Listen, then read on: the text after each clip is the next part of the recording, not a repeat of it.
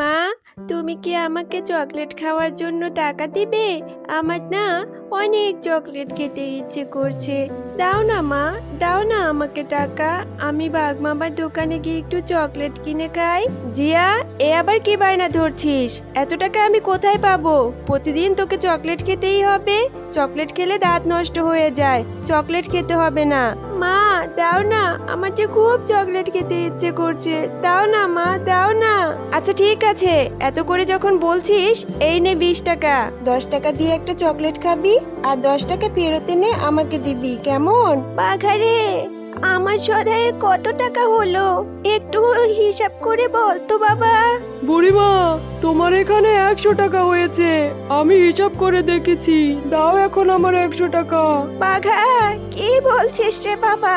আমি তো 1 কেজি ডাল 50 টাকা আর 1 প্যাকেট বিস্কুট নিলাম 10 টাকা, মোট তো 60 টাকা হলো। কিন্তু তুই 100 টাকা কি করে বলছিস রে বাবা? শোনো বুড়িমা, এখন সবকিছুরই দাম অনেক বেশি, আর আমি শহর থেকে বাজার করে আনি। তাই আমার কাছ থেকে নিতে হলে বেশি টাকা দিয়েই নিতে হবে। বাবা, আমি বুড়ি মানুষ বলে আমাকে এভাবে ঠকালি? বুড়িমা, বেশি কথা বলো না। আমি তোমাকে ঠকাইনি। এখন তাড়াতাড়ি এখান থেকে যাও, আমার অন্য কাস্টমার আসবে। এরপর জিয়া 20 টাকা নিয়ে বাঘা মামার দোকানে চলে যায় চকলেট কেনার জন্য। বাঘা মামা, আমাকে একটা চকলেট দাও তো। একটা বাচ্চা পেয়েছি, এবারে কি ঠকিয়ে টাকাটা হাতিয়ে নিতে হবে। হ্যাঁ রে জিয়া, চকলেট নিতে তো এসেছিস, টাকা সঙ্গে করে নিয়ে এসেছিস তো? বাঘ মামা, আমি টাকা নিয়ে এসেছি, তুমি আমাকে চকলেট দাও। এই নে তোর চকলেট, আর দে টাকা দে আমায়। এই নাও মামা, এই যে তোমার টাকা। এ কি বাঘা মামা, তুমি আমাকে টাকা ফেরত দিলে না কেন?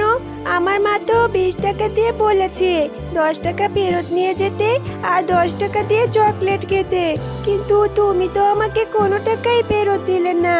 জিয়া, সবকিছুর এখন অনেক দাম। চকলেট এখন 10 টাকা না, 20 টাকায়। এখন যা তুই। এরপর জিয়া চকলেট নিয়ে বাড়ি ফিরে আসে। কিরে জিয়া, তোকে তো 20 টাকা দিলাম চকলেট কিনে খাওয়ার জন্য আর 10 টাকা ফেরত আনার জন্য। তুই তো আমাকে 10 টাকা ফেরত দিলি না। মা, বাঘা মামা তো আমাকে কোনো টাকা ফেরত দেয়নি। বাঘা মামা বলেছে চকলেট 20 টাকাই হয়েছে। জিয়া, এখন চকলেট খাওয়ার জন্য মিথ্যে বলছিস? তুই 20 টাকা চকলেট খেয়ে এসে এখন আমাকে মিথ্যে বলছিস টাকা না দিয়ে? না মা, আমি মিথ্যে বলছি না। বাঘা মামা তো আমাকে টাকাই ফেরত দেয়নি, আমি কি করে দেব তোমাকে? আবারও মিথ্যে বলছিস? এখন কিনা তুই চকলেট খাওয়ার জন্য মাকে মিথ্যে বলেছিস? তোকে না কতবার বলেছি মিথ্যে বলা নিষেধ। মায়ের বকাবকি শুনে জিয়া মন খারাপ করে চকলেটটা নিয়ে বাড়ি থেকে বেরিয়ে আসে। বাঘা মামা তো আমাকে কোনো টাকাই ফেরত দিল না। মা শুধু শুধুই আমাকে বকলো। খাবো না এই চকলেট, খাবো না। আমি এই চকলেট এখন ফেলেই দিব। আমি তো একটু চকলেটই খেতে চেয়েছিলাম, তাই বলে মা আমাকে এত বকলো। আমি খাবোই না এই চকলেট। জিয়ার কান্নাকাটি দেখে তখন সেখানে একটি পরী চলে আসে। এই যে মিষ্টি মেয়ে, তুমি এখানে বসে কান্নাকাটি করছো কেন? আমাকে সবটা খুলে বলো তো। তুমি এত ছোট একটা মিষ্টি মেয়ে, তোমার কিসের এত কষ্ট? বলো তো আমাকে। এরপর জিয়া পরীকে তার সাথে ঘটে যাওয়া সব ঘটনা খুলে বলল। ও, এই ব্যাপার। তুমি অনেক চকলেট খেতে পছন্দ করো আর তোমার মা চকলেট খাওয়ার জন্য তোমাকে বকাবকি করেছে। কোনো সমস্যা নেই, এই নাও, আমি তোমার এই চকলেটটিকে জাদু করে দিচ্ছি। তুমি তোমার বাড়িতে গিয়ে এই চকলেটটি রোপণ করে দিও, দেখবে সেখান থেকে একটি চকলেটের গাছ বের হয়েছে। এরপর জিয়া সেই জাদু করা চকলেটটি নিয়ে বাড়িতে চলে আসে আর তাদের বাড়ির উঠোনে চকলেটটি রোপণ করে দেয়। আশ্চর্যজনকভাবে সেই চকলেটটি থেকে একটি চকলেটের গাছ বের হয়ে আসে।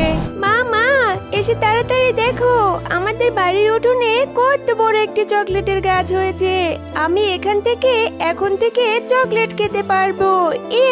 কি মজা! আরে তাই তো দেখছি, এটা কি করে সম্ভব? গাছে কখনো চকলেট ধরে? তবে ভালোই হয়েছে, এখন থেকে তুই চকলেট খেতে পারবি রে মা।